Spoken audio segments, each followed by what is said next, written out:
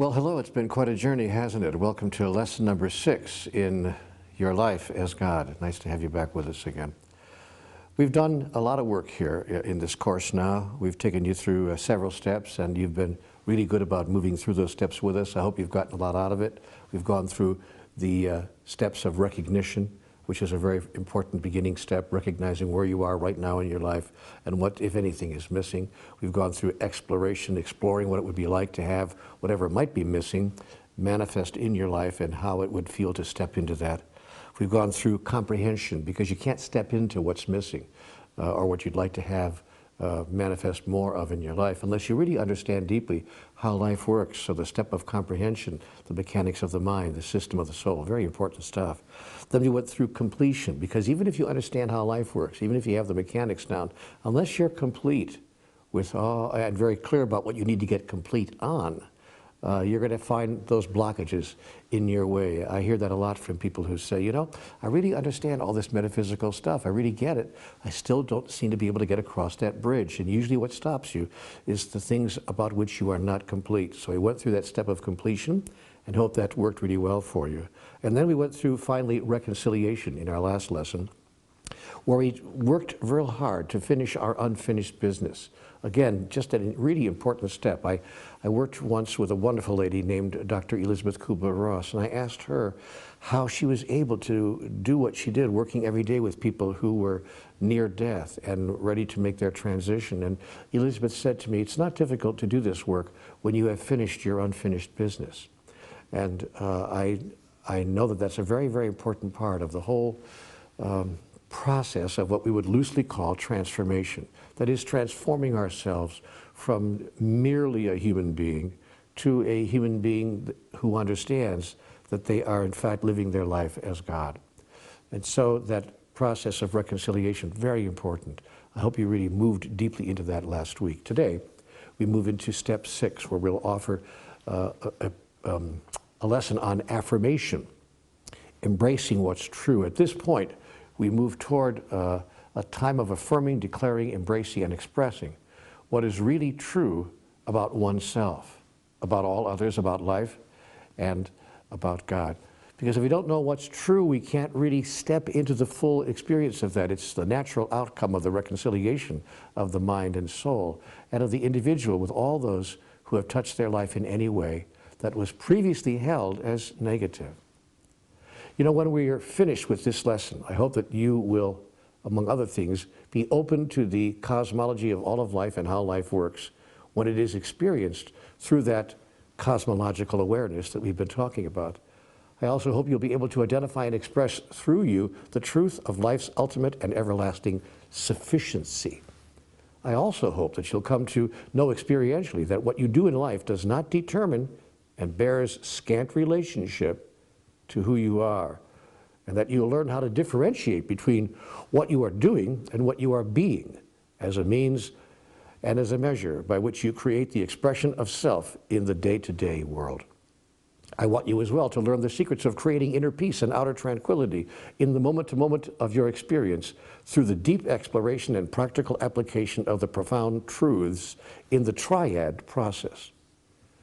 Students who've been exposed to the experience of affirmation have found themselves connecting with other people and with every other aspect of physical life, as a matter of fact, in a more unified way than ever before, dropping their sense of separation completely and most particularly abandoning all previous notions that somehow it's possible for them to lack anything they truly need to be happy. The huge breakthrough for most people embracing the information in this class is the deep peace that comes from knowing that they are off the hook for having to do certain results, produce certain results in their life. They're off the hook for having to find a way to create enough in their life. And they're finally off the hook for having to continue living a life of deep separation and isolation, but can at last experience the unity of all of life, both as an internal reality as well as a simple mental concept.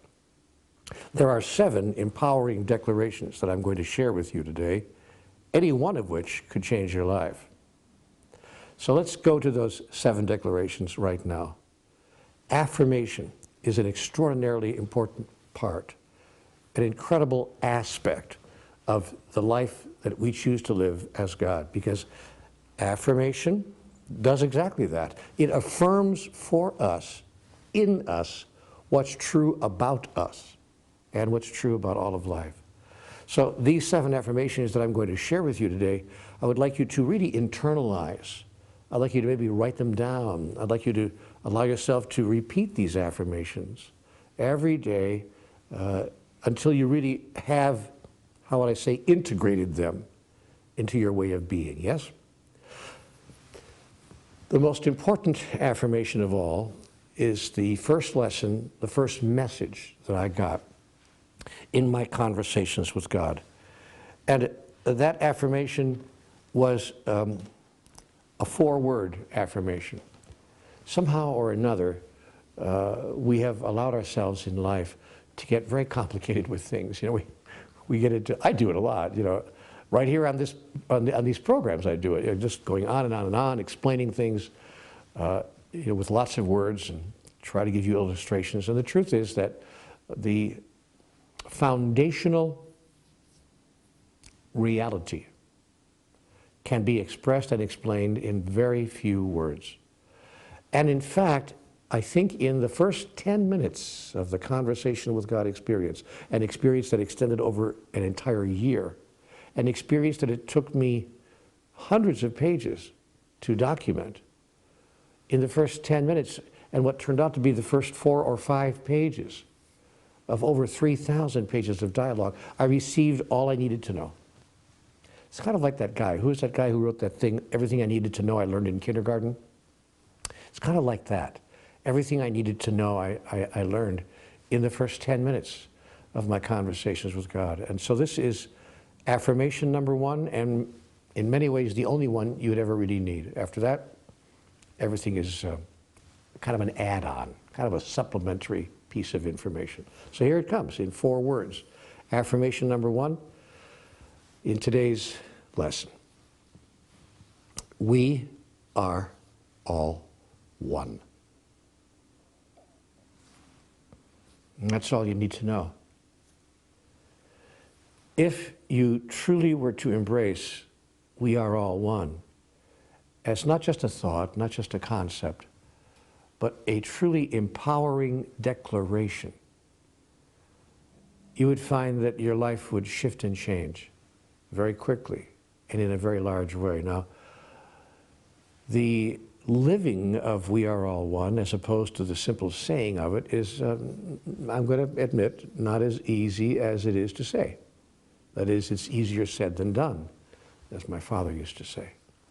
And yet, it's not as difficult to step into it either as some would have us believe. So it's somewhere right in the middle there, and if we make a real effort, we start noticing that we're taking steps, little small baby steps, toward the ultimate experience of our oneness with everything. So for me, the first step was with my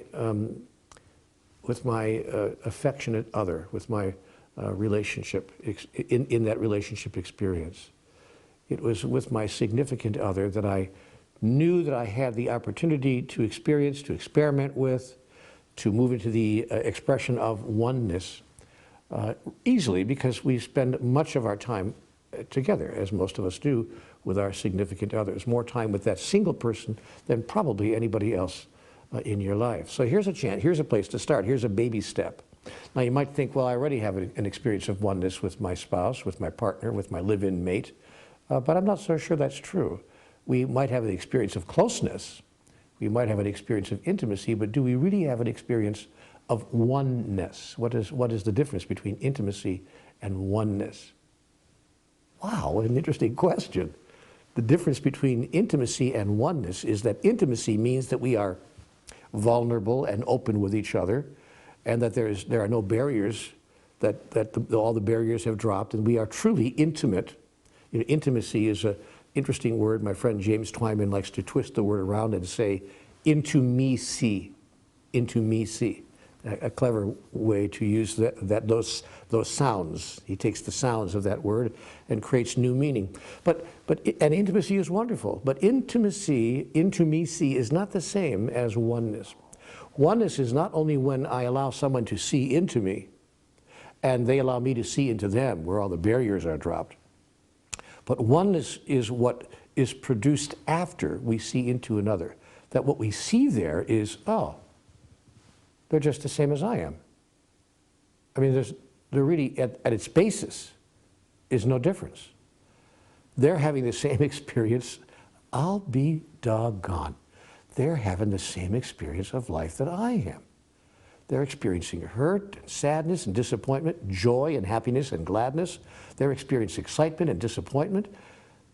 Wow, they're having the same experience that I am. It's just that different things might be causing those experiences, and they may use different words to express those experiences, but the deeply held, the deep down emotional experience is the same. And so oneness for me is when I can relate at a single level with the emotional experience of my significant other. That is, let me give you an example now, because this is a good one. If my sweetie pie is not having a good morning, and she's kind of moving around the kitchen, you know, maybe got up on the wrong side of the bed. We all have those days. God knows I have them. But let's just pretend that she's having one of those days. And so the kettles are clanking with a little bit more noise. The faucet is being turned on with a little bit more energy, you know, and you can kind of feel in the air, oh, not the best morning. Now, normally I would have, in the old days, I would get kind of stiffen up and kind of like brace myself and get ready and even be in some mild way on the defensive, getting ready to see, and sure enough, she would say something like, well, is that what you're going to really wear today? Are you actually going to go out with that? Or whatever she might say, because it's just about her mood, and I'll go, well, this shirt isn't that bad. I kind of like this shirt. What's the problem with, and all of a sudden we're into it. We're into it. This is normal stuff. I know you have never had these kinds of experiences, but I'm just telling you how it is in regular life. So now, when I can really be one with that person, I not only recognize the mood they're in, the energy in the space, the emotion that's present. I not only recognize it, but rather than become wary, rather than get on the defensive, rather than get into, oh boy, things are not so good, okay. Rather than go there, I go, in other words, rather than pull out, rather than pull back, it's about stepping in. And so oneness is about stepping fully into the experience of another such that it becomes your experience. Whoa. Stepping into the experience of another such that it becomes your experience. So it's no longer me against them, us against them. It's suddenly us. There is no them. It's just us and us, if you will. And so what I've trained myself to do, or to try to do in moments like that with everyone, not just my significant other, is to first identify what's going on as best as I can, and then give myself permission to step into it fully and to feel into that and to allow myself to grab onto that energy and even share it. So I want to say that oneness is the experience of shared energy. And sharing the energy doesn't mean duplicating it. Okay? Doesn't mean duplicating it. Doesn't mean, okay, that person's in a bad mood, I guess I'll act like I'm in a bad mood too. We can, we two can play the same game. That's not it. Sharing the energy is sharing the burden if it's negative energy, and sharing the joy if it's positive energy, but it's not duplicating it. So it means a mutual holding of it. Now what I experience when I'm sharing the energy, if the energy of my beloved other is a bit negative this morning, what I notice that when I share the energy, that is, I don't criticize it, I don't defend against it, I don't stand away from it, but I step into it and just kind of realize, oh yeah, I've been there, I know what this is. This feels like, oh, this isn't the brightest energy that humans can experience. I'm going to just share this. And I don't say anything, by the way. It isn't about, I'm sharing your energy now. Boy, I'm really cool here. See, that's not it. It's just about, and how it demonstrates itself in real life, because, what is it? If that's not it, then what is it? How it demonstrates itself in real life is just a gentle, calm, sweet acceptance.